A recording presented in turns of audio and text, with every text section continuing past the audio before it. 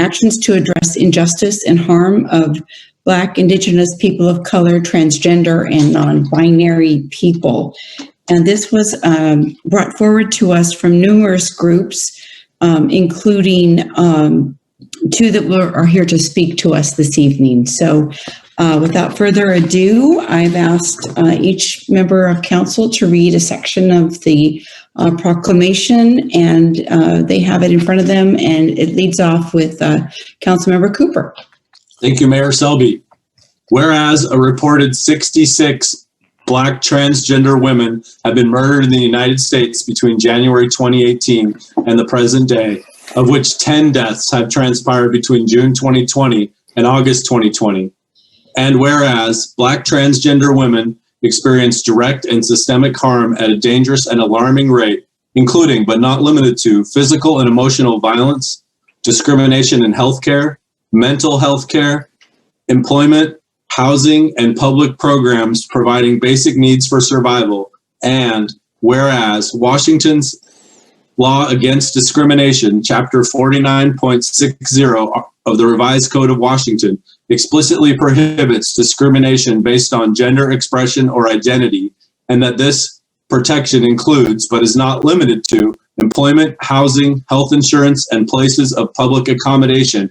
And whereas a November 2019 local study with Black, Indigenous, and people of color, transgender women, and non-binary people in Thurston County found that 89% of its participants experienced housing insecurity, 78% experienced violence and unemployment, 75% experienced employment discrimination, and 55% experienced inadequate medical care and food insecurity. And whereas a March 2020 local study with transgender women and non-binary people in Thurston County found that 63% of participants made under $2,000 a month, 75% of participants were unemployed between 2018 and 2020, and only 38% of participants had adequate health care. And whereas the harms of discrimination have a significant impact on BIPOC, transgender, and non-binary people, and reforms will often fail to include these harms unless they are specifically focused on, and whereas the City of Olympia recognizes that it is illegal discrimination to not allow an employee to use their chosen name and pronouns, and that when a coworker or supervisor is repeatedly and or intentionally using the wrong name or pronouns, it may also be considered sexual harassment. And whereas the City of Olympia recognizes that when a social service agency fails to intervene when a client faces transphobic harassment from other clients or staff, that too is a form of illegal discrimination. Now, therefore, the Olympia City Council does hereby resolve as follows. The City of Olympia recognizes that Black, transgender, and non-binary lives matter.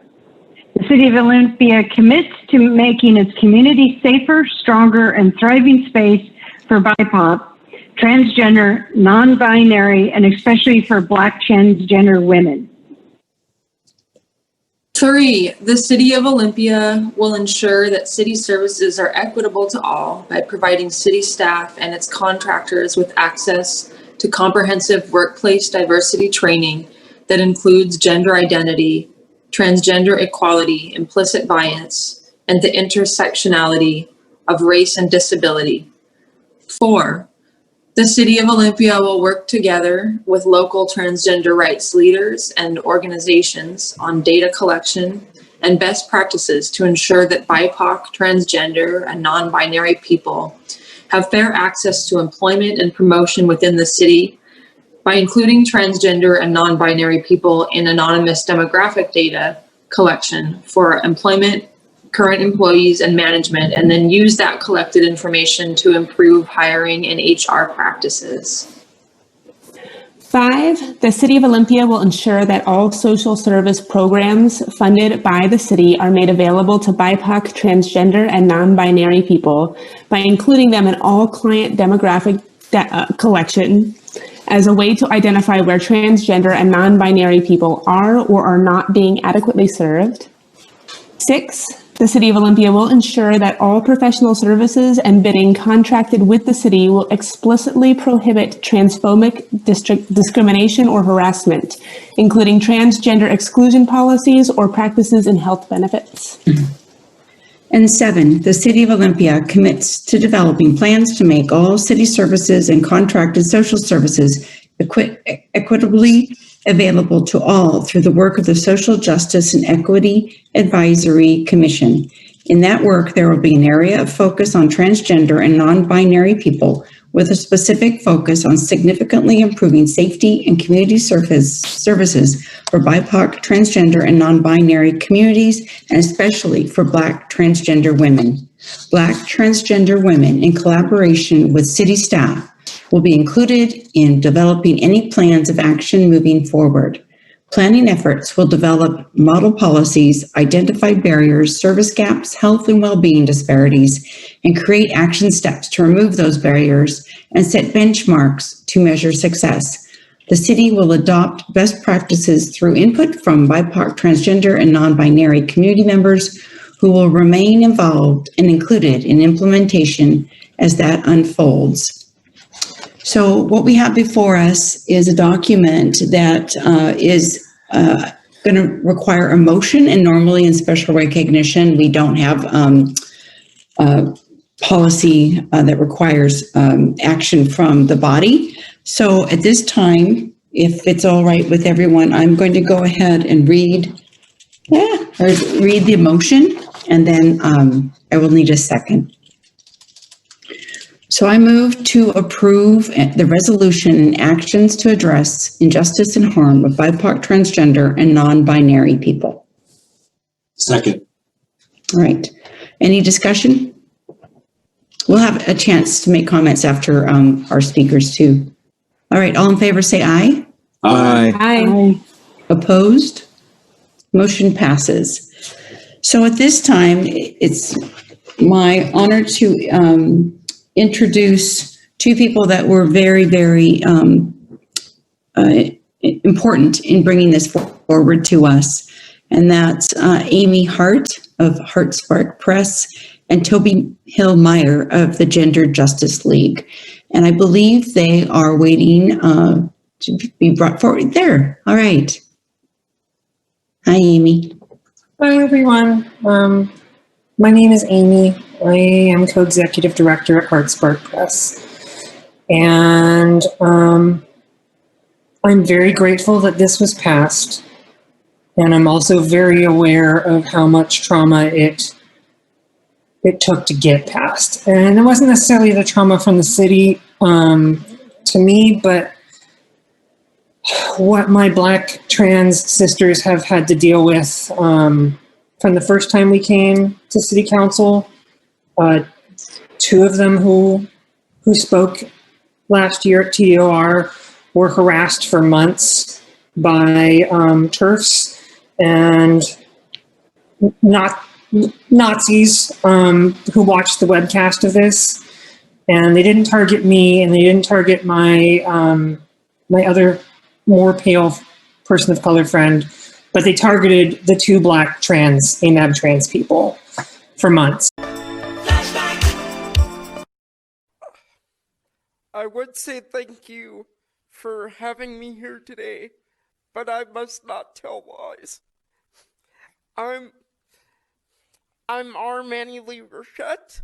I also do work with Heartspark, and I just want to say, how dare you co-opt the symbols of my trans and gay siblings, while also having those very same symbols protected by people who are meant to eliminate us.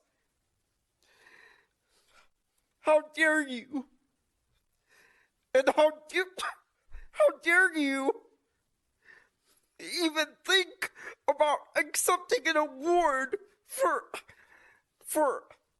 a place that you block off half of, therefore making it impossible for me to get around in the city. I am beyond angry.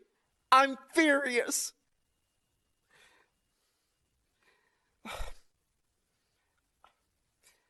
I'm furious that this town even has the nerve to claim progressivism.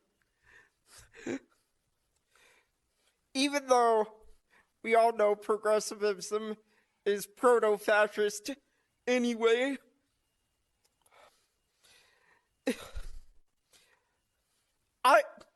I would say do better, but I know y'all are just, you're doing your job.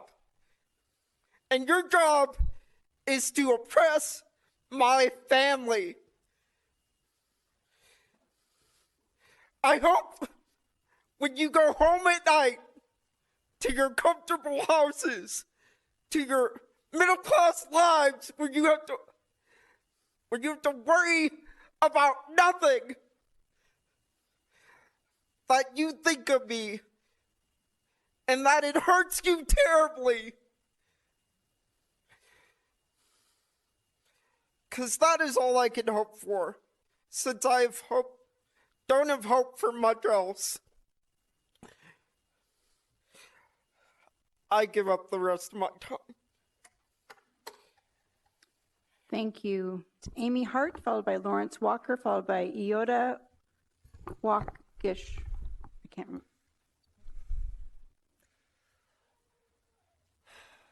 Hello, City Council. I am the Executive Director of Heartspark Press. We are a liberation organization for the freedom of transgender girls, transgender women, and assigned male at birth, non-binary people everywhere. I am profoundly ashamed that City Hall is willing to sponsor a Trans Day of Remembrance lighting in a building that has police, that has humans who are not on the side of the liberation of my sisters and my children. Heartspark Press and Unite were not invited to even be a part of the lighting of the ceremony. And that's the thing that doesn't really bother me. What bothers me so much is that my people are dying. I have statistics from this town hall that Rosalinda referred to. 27% of white trans women and KMAB non-binary people experienced violence in 2019 in Thurston County. 56% of trans women and AMAB non-binary people of color are food scarce now. 45% of trans women and AMAB non-binary people of color were unemployed this year in Thurston County. 44% of that same demographic were houseless or housing insecure in 2019. And you are telling me you're going to light up City Hall to honor Black and brown trans women? You're going to light up a City Hall that has police, and police are a part of the problem. They kill my families. They make it unsafe to live. Olympia must do better than this. We are so much more capable. The world can be so different if we would work together and figure out what it actually means to liberate, what it means to live and be free. And the way that this lighting was done by the partnering orgs and by City Hall, and I'm excluding Pizza Clutch from this. Pizza Clutch has been nothing but honorable and loving and caring to my family and my people. I urge you next year to not involve the police, to not light up your building, and put money where your mouth is and save my sisters. We can all be free if we work together. Thank you. I've got Lawrence Walker, followed by Iota. I can't read the last name, followed by a name I'm not going to pronounce. Hello, City Hall. My name's Lawrence. I work with Heartspark Press. I'm a tranny suffering in the conditions you create for us to not live in this city. I want to say that I am a person that values hearing out people's pain and talking to their hearts. And I feel like the people here at City Hall, they don't do that. You fuck with people's hearts. You create illusions. Point of order, I'm going to ask that you refrain. This is broadcast live out in people's homes with families, young families. My point is, you didn't care what I just said, which proves my point. You're not listening to my frustration and pain having to deal with people like you who are worried about what I'm saying instead of or how I'm saying it instead of what I'm saying. Just like the illusions of this meeting, this shit's nice, right? You get people in a room, they come to you with their problems, you say you care, but you don't really do anything about it. We go home, we come back again, there's no solutions. So I hope, but I'm very hopeless in change, especially when it's in the hands of people like you on this board. I hope that you will be able to hear our pain and we can have a meeting point in getting the peace we want to see in the world. And I would like also to not have the police involved with any sort of lighting involving any trans women, K-MAP people, really anyone.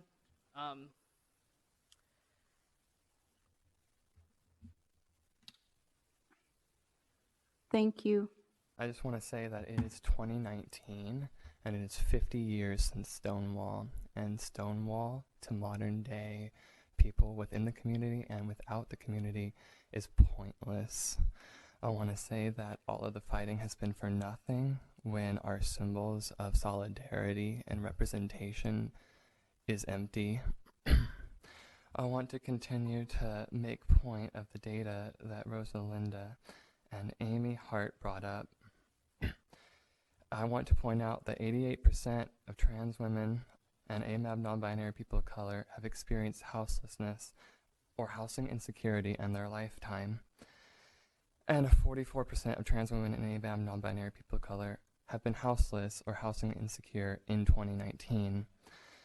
And 89% of the same demographic have experienced transportation barriers in 2019. How are we supposed to get jobs? How are we supposed to live lives? How are we supposed to take you up on your word? How are we supposed to take up anyone on their word when this is what we're left with?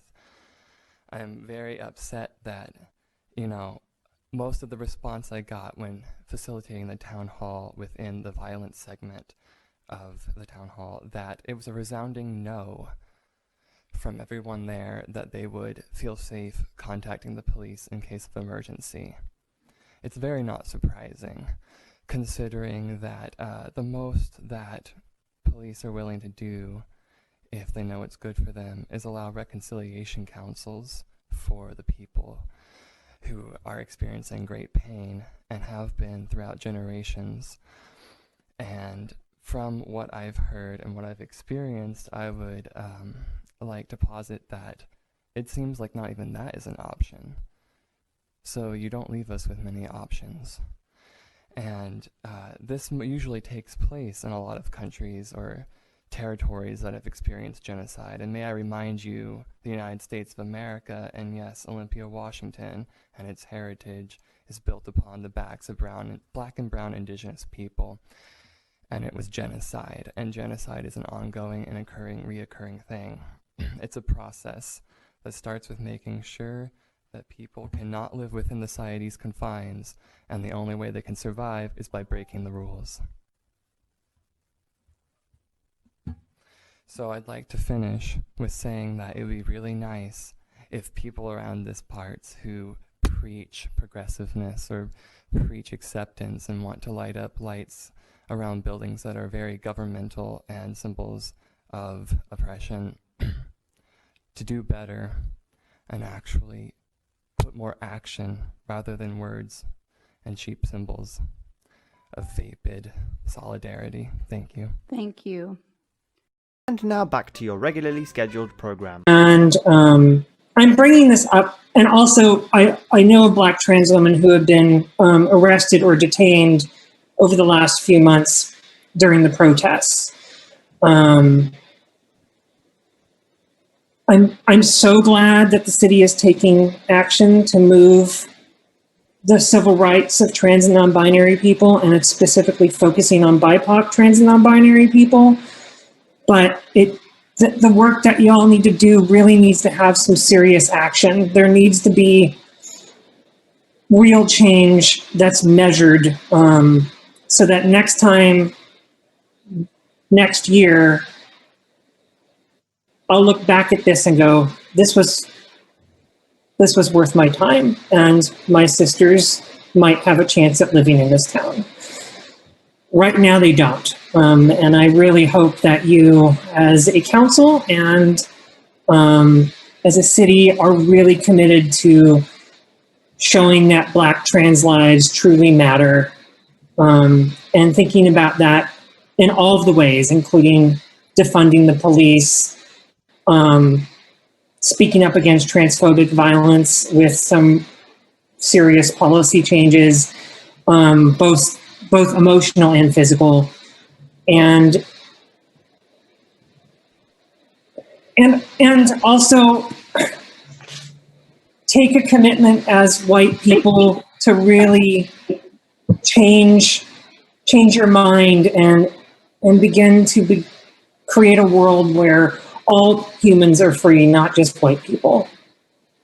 Thank you. I'm going to give my time to Tobi now. Well, I want to just keep this brief and basically say we're very excited to see the city taking these steps, and are very glad to see that there are several concrete action steps in this resolution, making it more than just talk. I know that this will have a concrete and significant difference in trans people's lives. We know that discrimination has been going on a long time, and that police violence continues to play a role in that. It'll take a lot of work to reverse the effects of that history, but this is just the start. By setting out this resolution and creating a plan to take action over the next several years, we look forward to working with you and continuing to push and hold you accountable as we engage in this work together. I'm really optimistic that this can make a very powerful difference and make Olympia that much better of a place to live. Thank you. Thank you. Now I'd like to open it up to council if they'd like to make any comments. Councilmember Rollins, followed by Councilmember Parsley. Great, thank you. I'll just keep it brief, and I want to appreciate the work that that Amy and Tobi did, and working with others to get this to come forward. The first time I saw it, which was when it was initially sent to us about a month ago, I was just really struck and impressed by how comprehensive it is, like that there are real commitments in there that we're committing our organization to. And I know that takes a lot of work, and it's also done, you know, as was kind of alluded to by both, Amy particularly, that just, there's some, it's, you know, you sort of have to suspend disbelief it takes some work to believe that this kind of work is going to be meaningful and going to result in real change. And I really appreciate that extension of faith and trust with our staff and with our council. And I look forward to ensuring that Black trans lives do matter in Olympia and are protected in our community. So thank you so much. Thank you, Councilmember Parsley, followed by Councilmember Cooper. Mine is also pretty brief. It's somewhat of an apology that it took us until 2020 is almost done to get this resolution put forward. And I do expect, Amy and Tobi, for you guys to keep us accountable and moving forward. And I'm really proud of what you guys have done, working with the staff and these actions that we're going to undertake. And I certainly hope that you're at the table helping us and leading us through the next steps we have to do for our systemic racism. So thank you, and I'm sorry. All right, Councilmember Cooper. Thank you, Mayor Selby. I just wanted to thank you and the whole crew that's been interacting with the city for coming out and speaking your truth. I know that it takes a lot of courage, and just by doing that, you've helped make change in our community and probably even further outside of that. And so I'm sorry that that's where we are as a society, and I know that I myself and our council is fully committed to moving forward with these actions, and I'm sure more in the future. So thank you very, very much for having that courage. We really appreciate it, and your community appreciates it. Thank you. Now, Councilmember Madrone, did I see your hand up? Yes, okay, I'll go Councilmember Madrone. Yeah, I want to also thank Amy and Toby. And Amy, you shared a bit of pain and trauma that were experienced by some people in our community. And I'm so sorry that people who came forward to share what they needed to share with the city council had that kind of trauma as a result of that. And I want to thank you for your perseverance. It's very easy to have negative interactions with the city, with the community, or whatever, and to just walk away from it and say that it's not worth your time. And I promise I'm going to do everything I can to prove that it's been worth your time to work with the city on bringing this together. So thank you. Right. Councilmember Gilman. Thank you, Mayor Selby. Well, I just want to say I really appreciate the presentation this evening and what each of my colleagues said. I think that this is an important step on the journey to reconsidering what we mean when we say everyone. We say everyone over and over again in our comprehensive plan and our planning documents about creating a safe and welcoming place. And this is some of the work to getting to broadening that everyone so that it might even include everyone. I have a favorite song from John McCutcheon that's called Y'all Means Y'all. Just does. Thanks. Thanks for that, Councilmember Gilman. All right. So good work all around, and lots of courage to keep putting up and coming back after being treated so poorly. And so thank you so much to not just Amy and Toby, but all of the Gender Justice League and folks in our community that we do need to make hold space for them to be safe and welcome in our community. So thank you.